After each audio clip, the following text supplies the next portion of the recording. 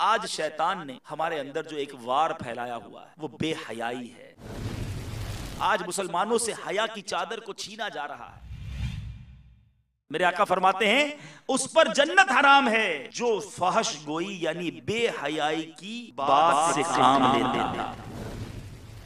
پتہ نہیں کیا کیا نہیں بولتے. آج شرم نہیں آتی. باپ اپنے بچے کے سامنے گالیاں نکالتا ہے اور کہتا ہے میرا بچہ تمیز والا بن جائے.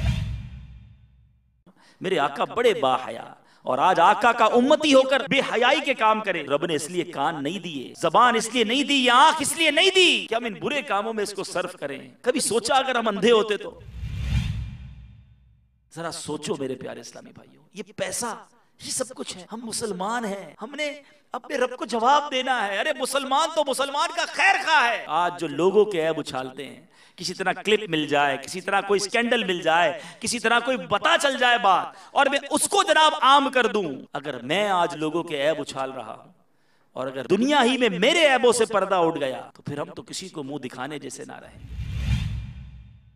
ایک دن مرنا ہے آخر موت ہے، کر لے جو کرنا ہے آخر موت. صلو علی الحبیب صلی اللہ تعالی علی محمد. مجھے اپنی اور ساری دنیا کے لوگوں کی اصلاح کی کوشش کرنی ہے انشاءاللہ.